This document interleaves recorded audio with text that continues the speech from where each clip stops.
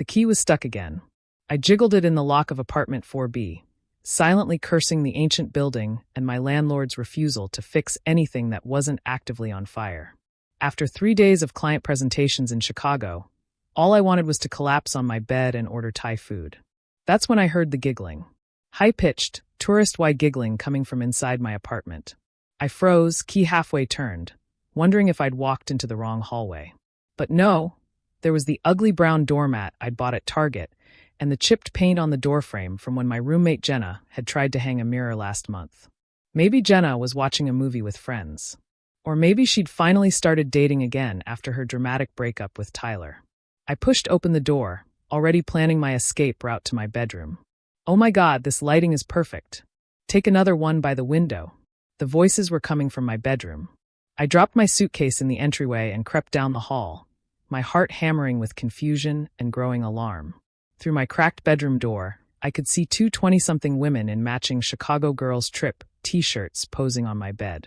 One was sprawled dramatically across my pillows while the other snapped photos with a professional-looking camera. The garden view is exactly like the listing said. The photographer chirped. Sarah, lay down the other way. I want to get the flowers in the background. I stood frozen in my own hallway, watching strangers treat my personal space like a photo studio. My bed, the bed I'd carefully made before leaving for my business trip, with the vintage quilt my grandmother had given me, was covered in their suitcases, makeup bags, and what appeared to be an entire Sephora store's worth of products. That's when I noticed the laminated sheet on my nightstand. Moving closer, I could read the header.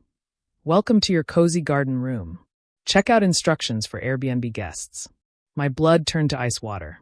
I grabbed the sheet, scanning the neat bullet points that detailed everything from Wi-Fi passwords to trash day schedules. At the bottom, in Jenna's unmistakable handwriting, was a note. Thanks for staying in Luna's room. She's the owner's daughter, but doesn't actually live here full-time, so you had the space all to yourself. Don't forget to leave a review. Smiling face with smiling eyes. The owner's daughter who doesn't live here. I lived here. I paid half the rent here. I had a lease agreement and utility bills, and a drawer full of takeout menus from every restaurant within a 6-block radius. This was my home, and apparently, it was also a profitable side hustle I knew nothing about. Excuse me, I said, stepping into my own bedroom. The women looked up, startled. The one holding the camera clutched it protectively to her chest while the other scrambled off my bed, leaving a pile of designer clothes scattered across my comforter. Oh, hi, are you? The photographer trailed off, clearly confused about who I might be. I'm Luna, I said, trying to keep my voice calm. This is my room. But the listing said. Sarah started, then stopped, her eyes widening as she processed the situation. Oh no, we are so sorry. We had no idea you actually lived here. Jenna told us you were just, we thought. You thought what, exactly? I kept my tone level, but inside I was calculating just how long my roommate had been running this scam. How many nights have you been staying here? Just since Tuesday, Sarah said quickly. We're flying out tomorrow morning. Jenna said it was totally fine, that you were traveling for work and wouldn't be back until next week. Tuesday. I'd left Monday morning for Chicago, and it was now Thursday evening. 3 nights at $150 per night. According to the rate card I could see peeking out from under the checkout instructions. $450 that Jenna had made renting out my bedroom while I was working 60-hour weeks to afford my half of this overpriced apartment. Where is Jenna now? I asked. She said she had a date, the photographer offered helpfully. Told us we were all set for checkout tomorrow and she'd handle the rest remotely. Of course she did. Jenna was probably at some trendy wine bar with whatever guys she'd met on Hinge this week, spending my bedroom's rental income on overpriced cocktails while these poor women dealt with the awkward reality of their illegal sublet situation. I looked at Sarah and her friend, who were frantically stuffing their belongings back into suitcases with the panicked efficiency of people who'd just realized they might be accessories to fraud. Look, I said, sitting down on my desk chair. This isn't your fault. You booked what you thought was a legitimate rental. But I need you to understand, this is my bedroom. I sleep in this bed every night when I'm in town.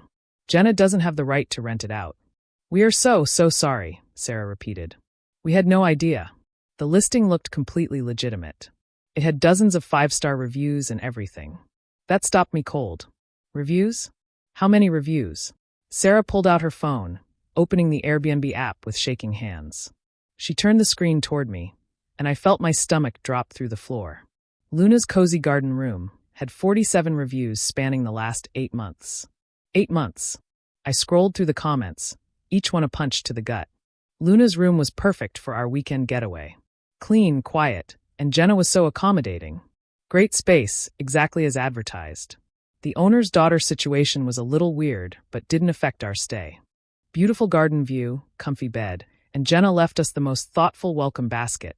8 months. While I'd been traveling for work, attending conferences, visiting family, Jenna had been systematically renting out my bedroom to strangers. The math was staggering. If she'd been booking even half the nights I was away, she could have made thousands of dollars off my personal space. I handed the phone back to Sarah, my hands trembling with rage. "Can you do me a favor? Can you leave me an honest review about what just happened here?" "Of course," Sarah said immediately. "This is so not okay.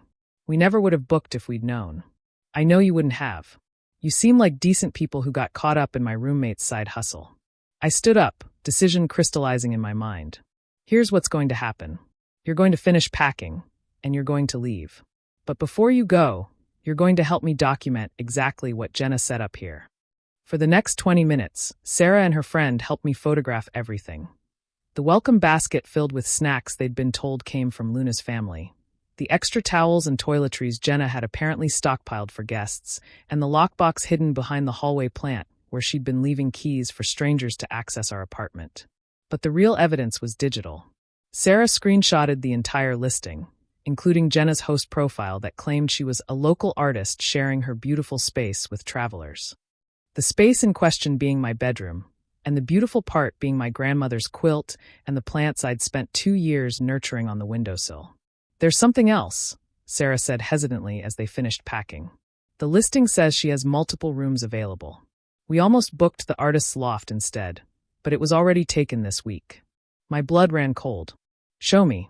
Sarah pulled up Jenna's host profile, and there it was, a second listing for what was clearly Jenna's own bedroom, marketed as an artist's loft with natural light and vintage charm. She wasn't just renting out my room. She was renting out her own room too, probably sleeping on the couch or staying at whatever guy's place was convenient. Our apartment had become a 2-room bed and breakfast that I'd been unknowingly subsidizing with my half of the rent. After Sarah and her friend left, with profuse apologies and promises to leave scathing reviews, I sat alone in my violated bedroom, staring at the evidence on my phone. The betrayal was deeper than I'd initially realized. This wasn't just about money or privacy. Jenna had turned our home into a business without my consent, put strangers in my bed, given them access to all my personal belongings, and lied to dozens of people about my living situation.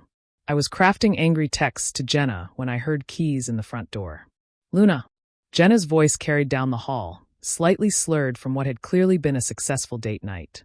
"I thought you weren't coming back until Sunday." She appeared in my doorway, and I watched her face cycle through confusion, recognition, and pure panic as she took in my presence and the obvious signs of recent guest occupancy. "I can explain," she started. "Can you?" I held up my phone, showing her own Airbnb listing. "Because I'd love to hear how you explain 8 months of renting my bedroom to strangers while lying about who I am and what my living situation is." Jenna slumped against the doorframe, the fight going out of her immediately. "Luna, I'm so sorry. I never meant for you to find out like this." "You never meant for me to find out at all," I corrected. "Jenna, you've been making hundreds of dollars a month off my bedroom, my personal space, my stuff, and telling people I don't actually live here. I was going to tell you eventually. Things have been so tight since I quit the gallery job, and you're always traveling anyway, and I thought." "You thought what? That I wouldn't notice strangers sleeping in my bed? That I wouldn't eventually come home early from a trip?" I stood up, pacing the small room. "Jenna, you gave random people keys to our apartment. They had access to everything I own. I vetted everyone carefully. I only accepted guests with good reviews, and I always—" "You always what? Always lied about me? Always violated my privacy? Always made money off my belongings without asking?" My voice was rising, months of work stress and travel exhaustion crystallizing into pure fury. "Do you have any idea how violated I feel right now?" Jenna started crying, which only made me angrier. She didn't get to be the victim here. "I'll shut down the listings," she sobbed. I'll pay you back everything I made. Luna, please, I can't afford to move out right now. I know I messed up, but nothing. I grabbed my laptop, opening a new browser window.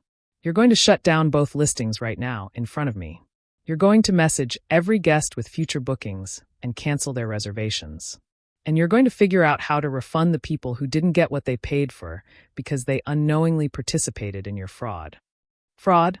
Luna, that's what would you call renting out someone else's bedroom without their knowledge or consent? What would you call lying to guests about the living situation? What would you call operating an unlicensed bed and breakfast in a residential apartment that explicitly prohibits subletting? Jenna's face went white. The lease. Yeah, the lease. The one that says any subletting requires written permission from both tenants and the landlord. The one you've been violating for 8 months.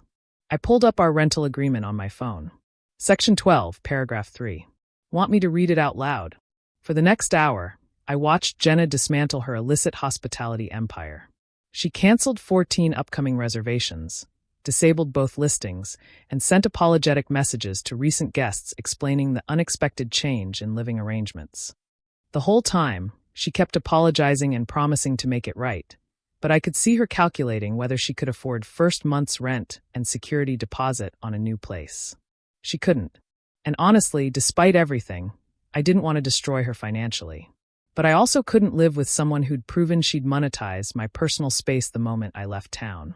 Here's what's going to happen, I said finally. You're going to pay me back every penny you made off my room. Not as a lump sum, I know you don't have it, but you're going to cover the full rent for the next 6 months while I find a new roommate. Luna, I can't afford. Then you shouldn't have spent 8 months running an illegal hotel out of our apartment. I closed my laptop. 6 months, Jenna. That gives you time to find a new place, and me time to find someone who won't treat my bedroom like their personal ATM. She nodded miserably, and I almost felt sorry for her. Almost.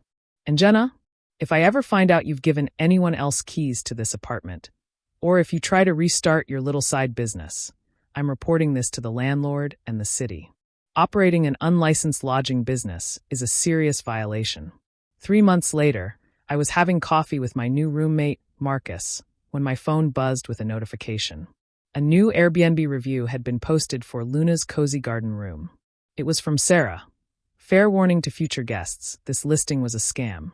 The owner's daughter actually lives in this room full-time and had no idea strangers were being given access to her private space. The host lied about the living situation and was essentially stealing from her roommate. Booking was canceled when the actual resident came home early and found us in her bedroom. Completely unacceptable business practices. I showed Marcus the review, and he whistled low. Damn, your old roommate really went all out on the hospitality fraud. The crazy part is, she was actually good at it, I admitted. 47 5-star reviews before it all fell apart. She had the whole operation running like a real bed and breakfast. Too bad she forgot the part where you actually have to own the bed and breakfast, Marcus said dryly. I laughed, looking around our apartment, my apartment, where I could now come home from business trips without wondering who might be posing for Instagram photos on my pillow. Sometimes the best revenge isn't elaborate payback. Sometimes it's just reclaiming your space and making sure the truth gets told. Even if that truth happens to involve an Airbnb review that warns future travelers about roommates who think your bedroom is their retirement plan.